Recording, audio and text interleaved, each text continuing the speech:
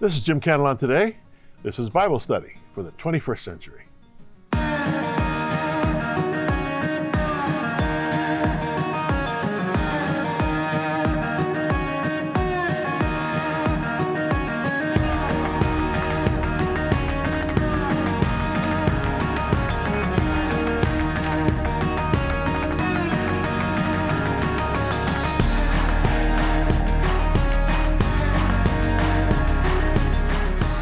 So friends, it's good to have you with me and I with you. I love this half hour together. We're in Mark chapter 7 today, and we're looking at a fascinating story about a Gentile woman up in the region of Tyre. Tyre is southern Lebanon, and an interaction with Jesus is absolutely unique. You're going to love it. So you get ready, and right after this break, we'll get to it.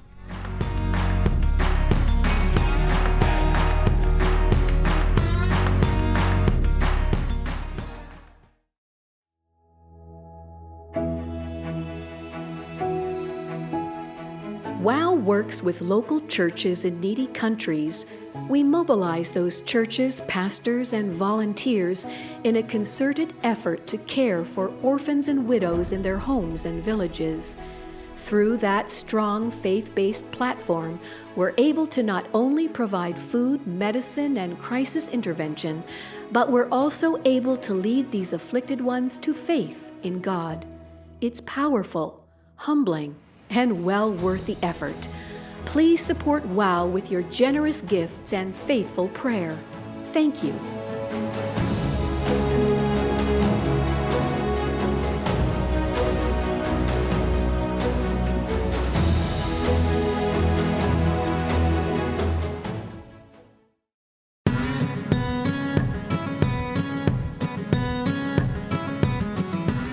I want to get right to this story of the woman from Tyre. I've been to Tyre years ago when actually before we planted the church in Jerusalem. I was in southern Lebanon broadcasting, and we were trying to find a mountain there in the Shuf mountain area for a new transmitter for this radio station in southern Lebanon. And so I and the engineer took a bit of a risk because it was a war zone, and hopped in a little beat up Toyota and spent a day investigating various mountaintops, and in the process, we actually went as far as Tyre and Sidon, and it's quite a mountainous area. It's very beautiful. Lebanon's a gorgeous country, but this is a story about a woman from Tyre. Let's pick it up in verse 24. From there he arose. By the way, from there he arose and went to the region of Tyre and Sidon. That's like saying, okay, he got up from this house and went next door. No, to go from where Jesus had been ministering in the Capernaum area to Tyre and Sidon is an upward climb of thousands of feet, and it would take walking, I would say 3 days, maybe a little longer. I used to drive from Jerusalem up to southern Lebanon to do my shifts in the radio station there, and I would come around the Sea of Galilee right by Capernaum, and then start climbing. There's 8 switchbacks, believe me, I counted every one of them. 8 switchbacks going up beside the Mount of Beatitudes, where Jesus preached the Sermon on the Mount on the right. You get up above that, and then you start this long, slow climb up to the northernmost Israeli town called Metula, right on the border with Lebanon. And then I had a military pass, and I would go through the good fence, as it was called, in Metula, into southern Lebanon, and go to the radio station. And the radio station was another, 40, 50 miles from Tyre and Sidon. At least that, more than that. So to just, you need to understand this when you're reading these Gospels. They are summary comments in most cases. They're not giving you all the detail. They're not giving you the day-to-day process. And if you try to impose chronology on the Gospels, you will be totally frustrated. It is a non-starter, all right? Anyhow, he went to the region of Tyre and Sidon, and he entered a house and wanted no one to know it. Do you blame him? He had had the most exhausting few weeks, just absolutely enveloped with people and their needs. And we read about it last time, coming to the marketplaces, coming to wherever he was, people on sick beds, people wanting to touch him. I mean, it was just, wherever he went, it was pandemonium. I mean, he was like a rock star on steroids, in terms of his popularity. So he didn't want anyone to know it, but he could not be hidden. I like how the King James Version puts it. He could not be hid. I'll get back to that. For a woman whose young daughter had an unclean spirit heard about him, and she came and fell at his feet. Now, Jesus is escaping the mainly Jews, although there were Gentiles too, Galilee of the Gentiles. So there were a lot of Gentiles in the Capernaum area because it was on a major trade route. A lot of business people, a lot of money traders, there were lots of Gentiles, but mainly Jewish people coming to him in the Galilee. Now he's away from that crowd. He's going into an area where he's not known. At least he hopes he's not known. Guess what? A woman whose daughter had an unclean spirit heard about him. Oh, that guy. He's here? She came and fell at his feet. The woman was a Greek, a Gentile, a Syro-Phoenician by birth. And she kept asking him to cast the demon out of her daughter. But Jesus said to her, "Let the children be filled first, for it is not good to take children's bread and throw it to the little dogs." Now, I'll explain this to you. This was a cultural proverb, right? And she answered and said to him, "Yes, Lord, yet even the little dogs under the table eat from the children's crumbs." Then he said to her, "For this saying, go your way, the demon has gone out of your daughter." And when she had come to her house, she found the demon gone out, her daughter lying on the bed. First of all, I have to say something about he could not be hid. Jesus, who is the constant friend of every generation, cannot be hid. There's no hiding him in church dogmas, liberal or conservative. There's no hiding him in academic tomes. There's no hiding him in cultural fads. There's no hiding him in political correctness. He always can be found, friends. Jesus is always there to be found by those who seek him. Make a note. Why can he always be found? Because his Spirit reveals him in those hiding places. So many people who I've known over the years who've come to faith in Jesus tell me about the darkness of their lives and about that place where they thought there was no escape. And it was in that darkness that Jesus revealed himself to them, and they came to faith. He can be found in the darkness, friends. And if that's you, be encouraged. It's interesting. This is a bit of a theological leap here, but if you read about the dedication of the temple that Solomon built back in the Old Testament, he asked the question, is it possible for God to be contained in a house that we built for him? And of course he knew that because he was beginning to realize that God was not a local deity. He was the God of the heavens and the earth. And then he talks about God dwelling in thick darkness. There's no place, friends, where God cannot be found. Don't think that you're beyond his reach. He's waiting for you to reach out to him. Okay? So, the Syro-Phoenician, she's a Gentile. Syro-Phoenician means she's from, it's interesting, when I used to broadcast in Lebanon, in those years I lived in Jerusalem.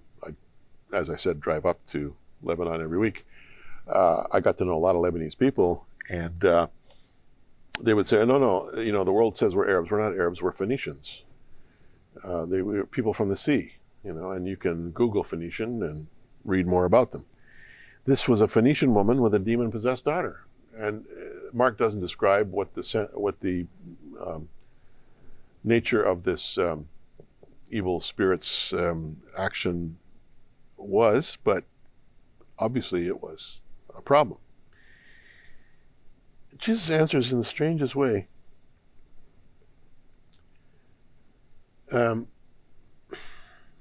Let the children be filled first, for it is not good to take the children's bread and throw it to the little dogs.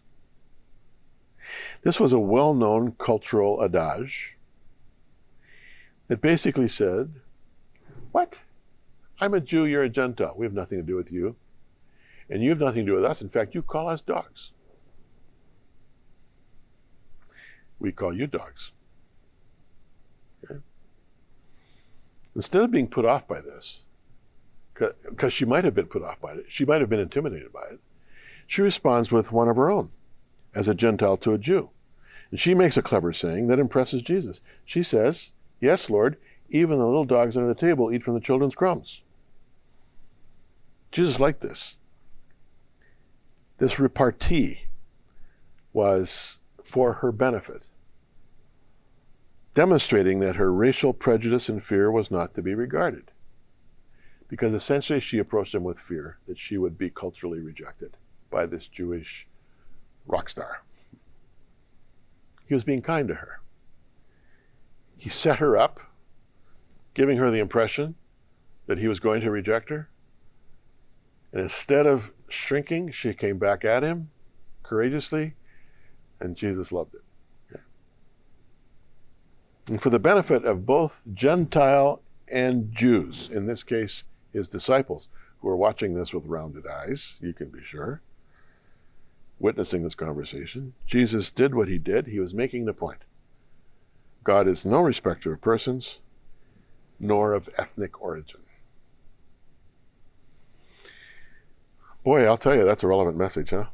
Especially in this day when there's more migrants than ever in certainly our living memory. There have always been migrations, mass migrations in history.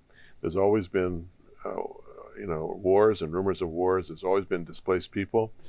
There have always been, in some cases, a total uprooting of people from their nation, transplanted in another nation as slaves and servants to the conquering nation, living horrible lives, remembering, how it used to be and dying, as exiles.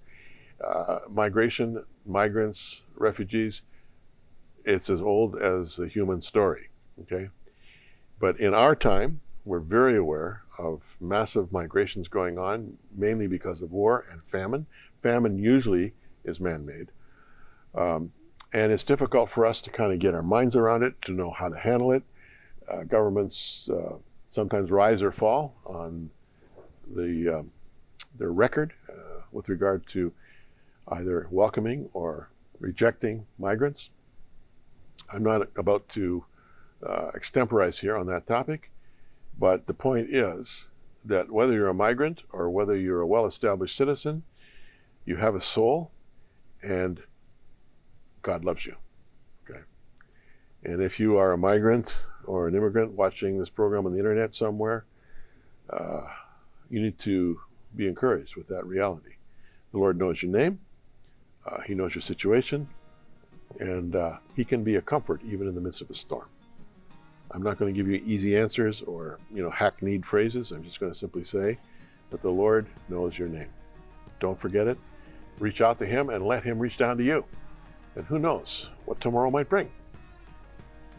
Okay, we'll take a little break. I'll be back right after this.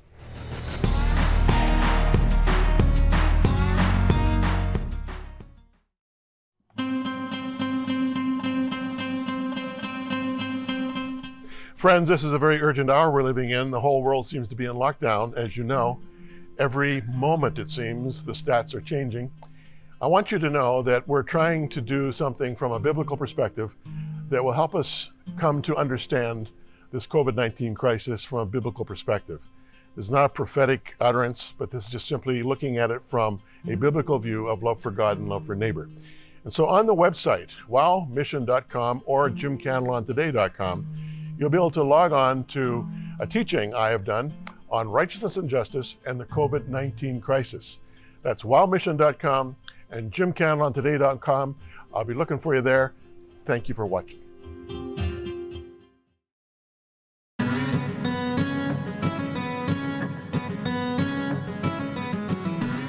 Now, before we get back to verse 31 of chapter 7 of Mark, just a reminder, Cantelon's Casual Commentary. There's Matthew 1-4, here's Matthew 5-7, Matthew 8-16, Matthew 16-28, that's Matthew. Here's Mark 1-9, and the remainder of Mark is coming, like in the next few weeks. And then we'll get into Luke / Acts, and then into John. We got a lot of work ahead of us. These commentaries I've written for you, I've done a lot of work, a lot of study, and I hope it's beneficial. I've written it in terms that, the everyday reader can understand and enjoy. It's very friendly in that sense. That's why I call it casual. It's not an academic writing. It's an everyday writing for people who are just getting to know the Gospels. And the Gospels are my focus. That's all you'll hear from me on JCT is the Gospels. And when we finally get through to John, which might end me the next millennium, we'll just go back and start over with Matthew and go through it all over again. It's such a wonderful thing studying the Gospels. I've been doing it pretty much my whole life, and it's always new to me because there's always something I missed the last time. And that's how it will be for you too, okay? So when you support JCT and WOW, make sure you ask for your copy. You may have, one or two of these already of Matthew. You may be missing 3 or 4 of Matthew. Specifically ask for what you need, and then the first volume of Mark, and we'll send it to you, all right? Good. Mark 7, chapter 31. Again, departing from the region of Tyre and Sidon, he came to the midst of the region of Decapolis. Last time I pointed out to you, getting from Capernaum up to Tyre and Sidon, massive trip, uphill the whole way. Now, and taking about 3 days at least, now he's coming downhill, and it would take almost as long. You'd have to come down, past what's now Metula, where I used to broadcast radio years ago when I lived in Jerusalem, and then down to a town now there is called Kiryat Shemona. I don't know what it's called in Jesus' time. It wasn't called Kiryat Shemona at that time for sure. And then you continue. Rosh Pinah is the village there now, just at the kind of the lip, and then a steep drop down to the Sea of Galilee. A long walk, and a lot of that walk in those days was through what's called the Hula Valley, and there was a kind of a swamp-like lake there, very malarial and nasty. With the mosquitoes in Israel are just like mini mosquitoes. They call them midges, and can they bite?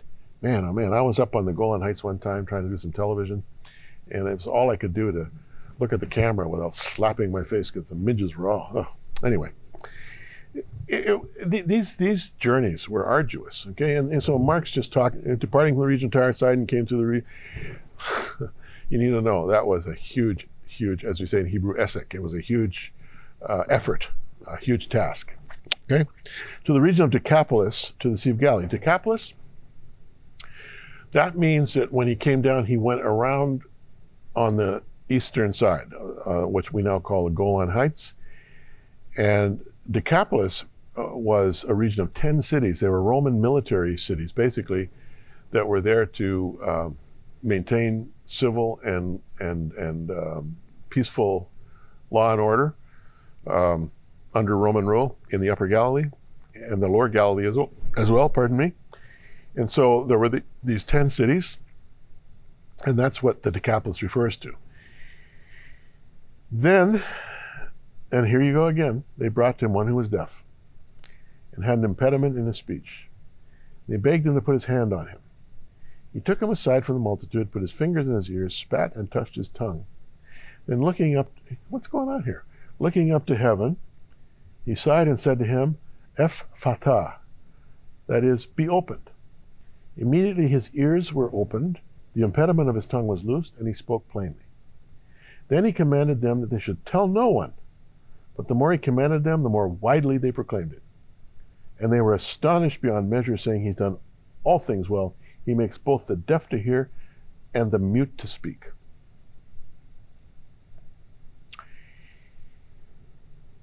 This long walk from Tyre and Sidon to Decapolis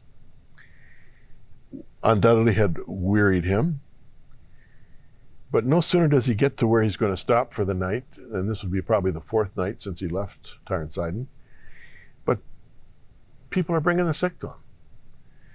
And in this case, it's a guy who is deaf and dumb. And Jesus does this strange thing. Before people were healed just by touching the hem of his garment, He puts his fingers in his ears. Then he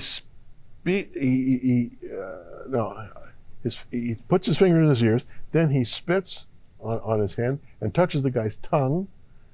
He looks up to heaven. He sighs and says, "Be opened." Why? Now, just so you know, there are other instances in Scripture where spittle was seen as a healing agent. In Mark chapter 8 and also John chapter 9, you'll read about it. Spit was an ancient cure for eye afflictions, believe it or not. And maybe Jesus was, for the sake of cultural sensitivity, doing it this way. I don't know.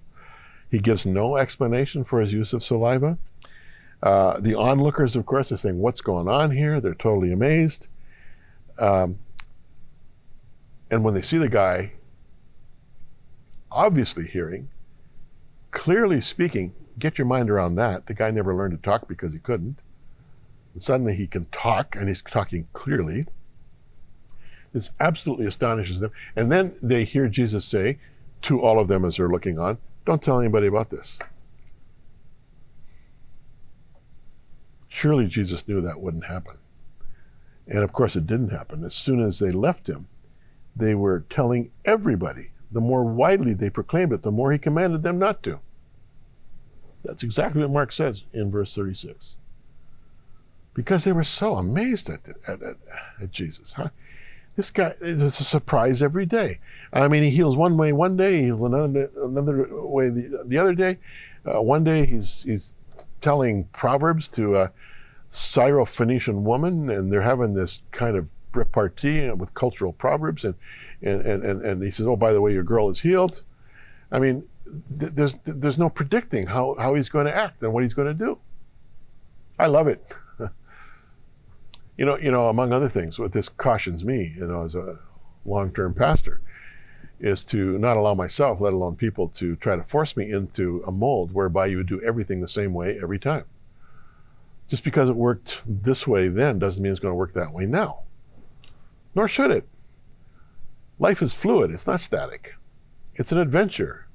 It's not a hunkering down and, protecting yourself from the unforeseen. It's getting out there. It's not being risk averse. It's taking risks. I've encountered a lot of risk averse people over the course of my life in ministry, and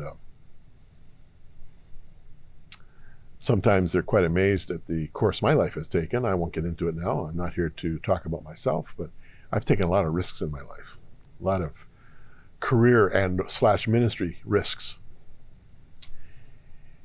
And they are quite astonished at anybody who's ready to take risk.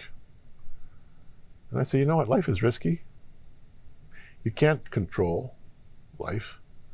You think you can. You think you can control things. You can't control how your heart is operating. You can't control how your intestines are working. You can't control your internal organs. You can't control the traffic and the guy who's coming this way at 90 miles an hour and is just about to have a stroke and slam into the front of your car. You can't control that. Life is risky. And to think otherwise is to fool yourself. And then I say facetiously to those who are risk averse, well, you know what? 95% of people who die in bed, so better you should sleep standing up.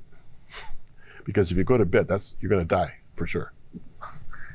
I say it facetiously, but the point being that we should never try to lock things into a certain way of doing things, nor should we avoid adventure simply because it's adventure. And Jesus never was predictable, and he was always adventurous. And why not be like him in this regard? Just a thought, okay? Let's move on. In those days, the multitude being very great, and Jesus, again, has compassion because they have nothing to eat. We're going into another story here. It's not 5,000 being fed. This time it's 4,000 being fed.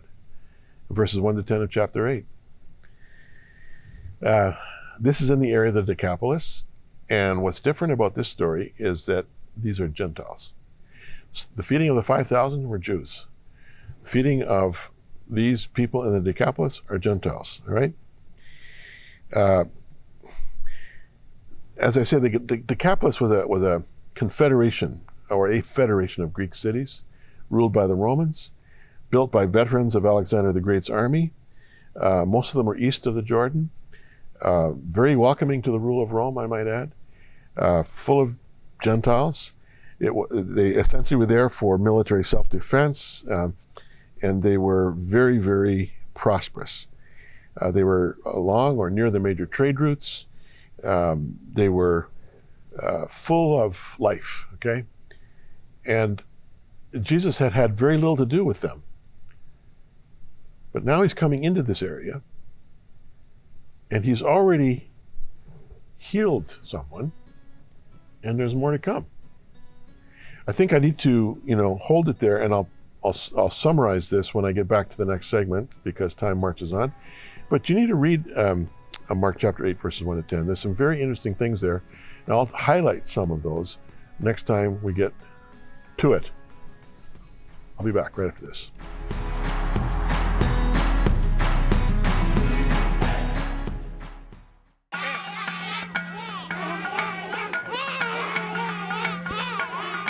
Why dance when you have very little?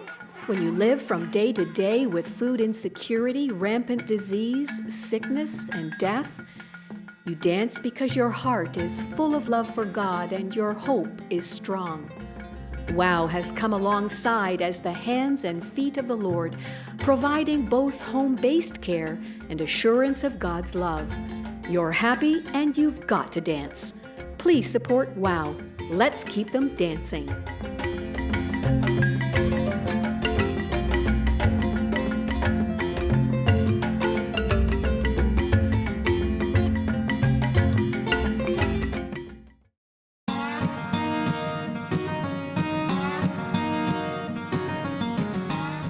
I haven't done this yet, and I've been remiss. I really want to welcome a lot of you who are watching, for the first time this week or in the last few weeks, in some new areas of the United States.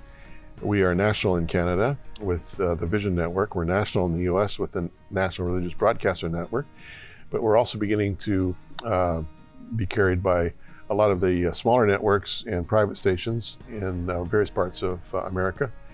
And there's about 15 stations now in New Mexico who have taken on JCT, and you may be watching right now somewhere in New Mexico.